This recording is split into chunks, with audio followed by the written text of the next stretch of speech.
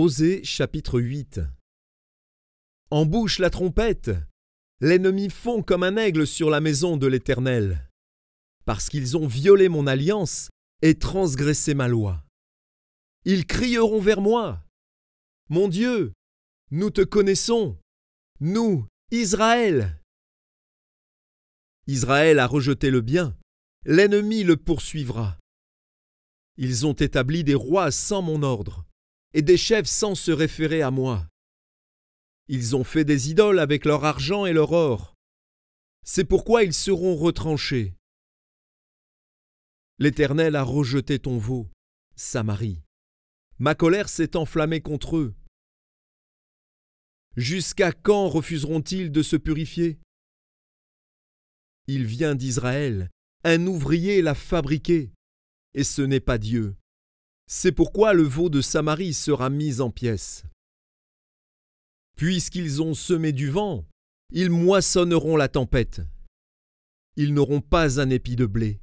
Ce qui poussera ne donnera point de farine.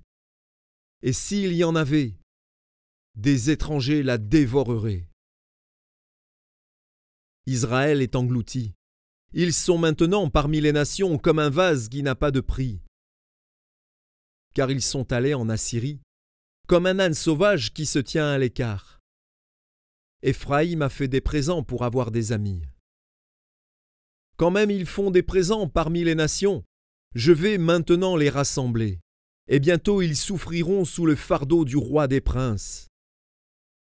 Éphraïm a multiplié les autels pour pécher, et ces autels l'ont fait tomber dans le péché. Que j'écrive pour lui toutes les ordonnances de ma loi. Elles sont regardées comme quelque chose d'étranger. Ils immolent des victimes qu'ils m'offrent, et ils en mangent la chair. L'Éternel n'y prend point de plaisir.